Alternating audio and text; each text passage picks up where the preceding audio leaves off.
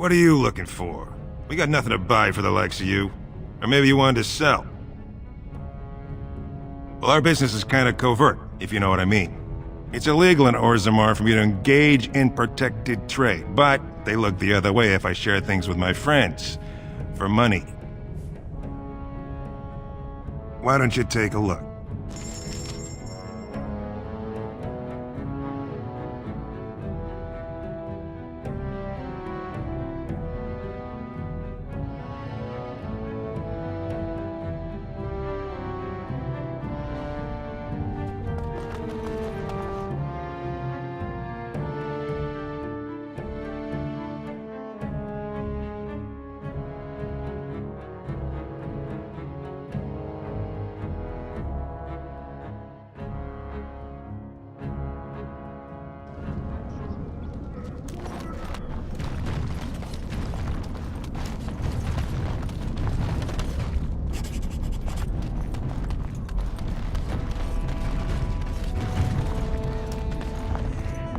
Your clothes are so fancy. Did you get them topside? My mam used to say they don't got no stone to protect them topside. If I go up there, I'm gonna fall into the sky. Yes. When my dad left, he never came back. Who's to say he didn't fall up, eh? Don't fall into the sky when you go back up there.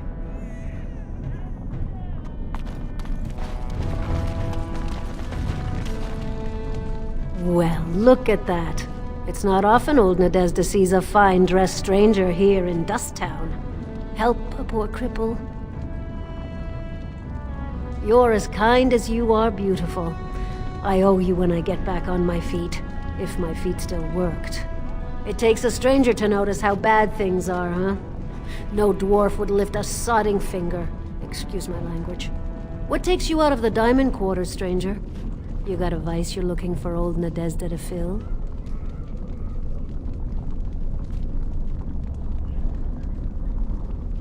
I'd say it was an accident, try to get some sympathy coin, but you look like you'd rather hear the truth. I was running protection for the Carta when some guardsmen caught me. Duster I was with had coin for a bribe, but I took a stand. Guardsmen broke my sodding kneecaps and had me kneel in dung until the infection set in. Never healed proper. I don't know where you're from, but in Orzammar, casteless have no lineage, so it's no crime to hurt you. You're born to wear a branded face in Orzammar, and you'll live your life in Dusttown. Means you don't exist. It tells everyone who sees you not to work with you, not to serve you, and not to care if you're hurt. The Deep Lords burn it into us the day we're born, so no one accidentally oversteps her place. I'll just stay out of your way, then.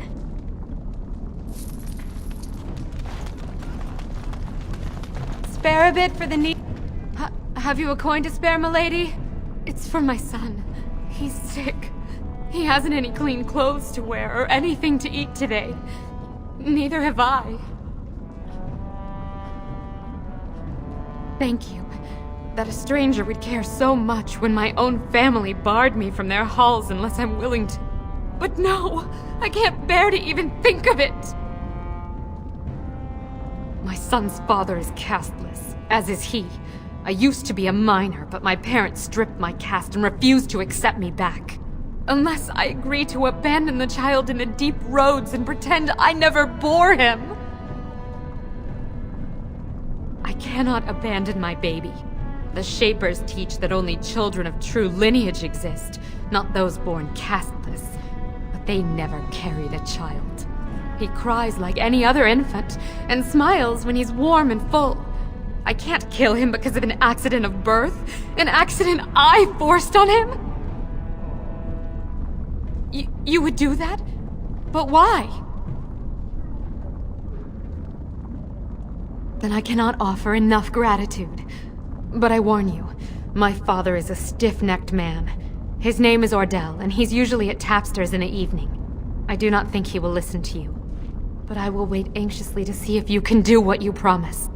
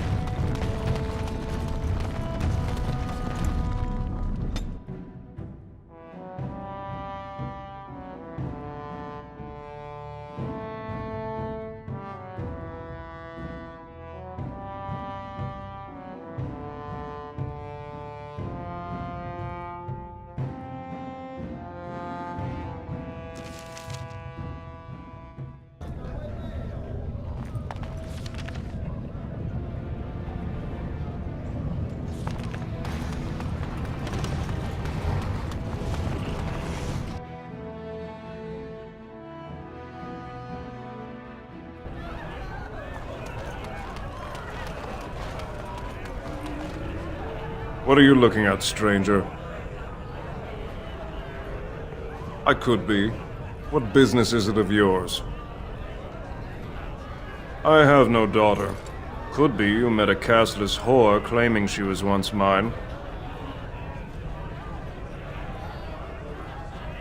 Oh, I'm the monster, not the castless wretch that filled my daughter with his brat. I've got a family and a reputation to protect. I'm not letting one stupid girl drag us all down.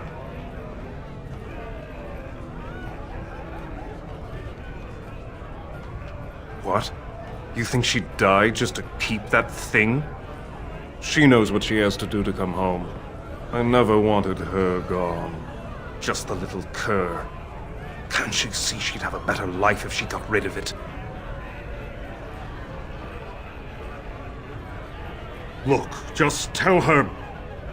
We never meant to hurt her. It just seemed best that... Oh, just tell her to come home. Her mother and I are waiting for her.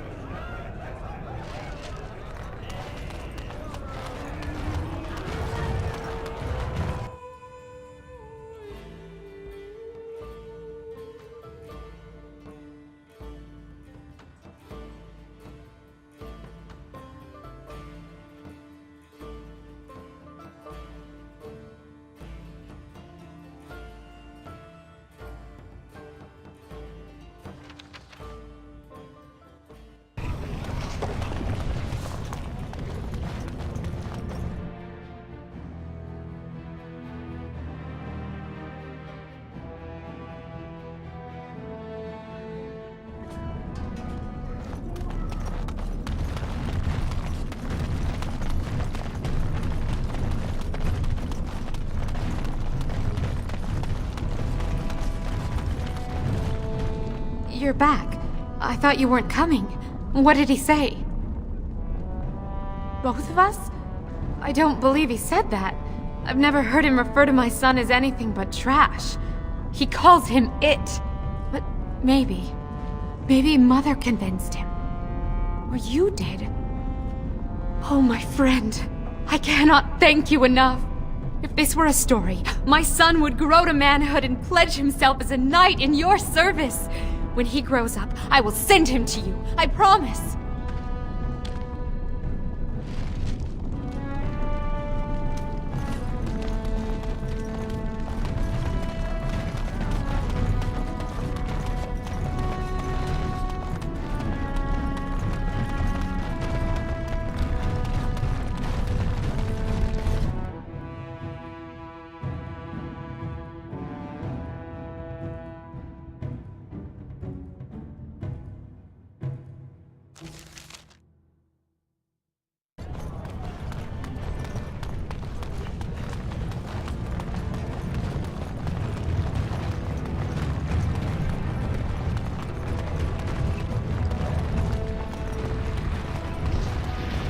Sheol, when you were standing there all that time, did you sleep?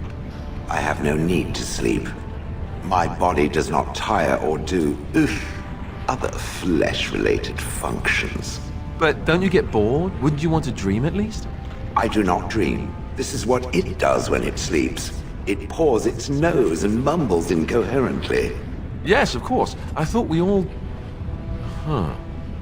You watch me? I watch all closely when they are still at night. There is little else to do. For hours and hours? I count the breaths. It helps to overcome the overwhelming urge to crush their faces while they sleep. Well, I won't be doing much of that anymore.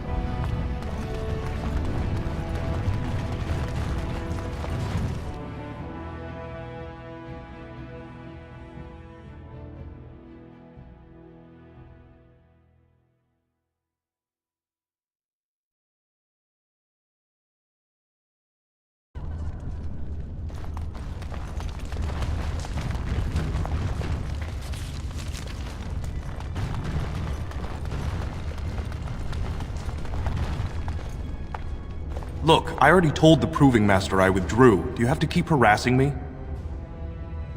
Nor I you, but it's pretty obvious who you're working for. So I take it you weren't sent here to find out if I withdrew from the Proving.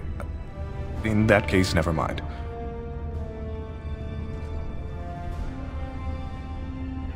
Look, it's just, when I was younger, I had a thing with this Idukan girl, Revelka. Lesser cousin, nowhere near the throne. Her family wanted her marrying up, so they matched her with a BMO. But we didn't exactly stop seeing each other. She's married to a prominent Desher's heir. We should have stopped a long time ago, but I love her. Do you know what that's like? Now Balin found out, and I can't even help my cousin for fear he'll tell her husband. No. One of his fighters, a woman named Miyaja, she's the one who threatened to expose me. They have letters. Love letters Revelka wrote me. If they were made public, she'd be disgraced. Her husband would cast her aside, and I would be lucky to be allowed to die in a duel. You'd do that? I don't know how to thank you. I know it's my own fault, but I'd have married her if I could. If you can make sure that evidence doesn't get out, I'd be happy to fight in the proving. But you need to find them quickly. Registrations close once the first bout starts.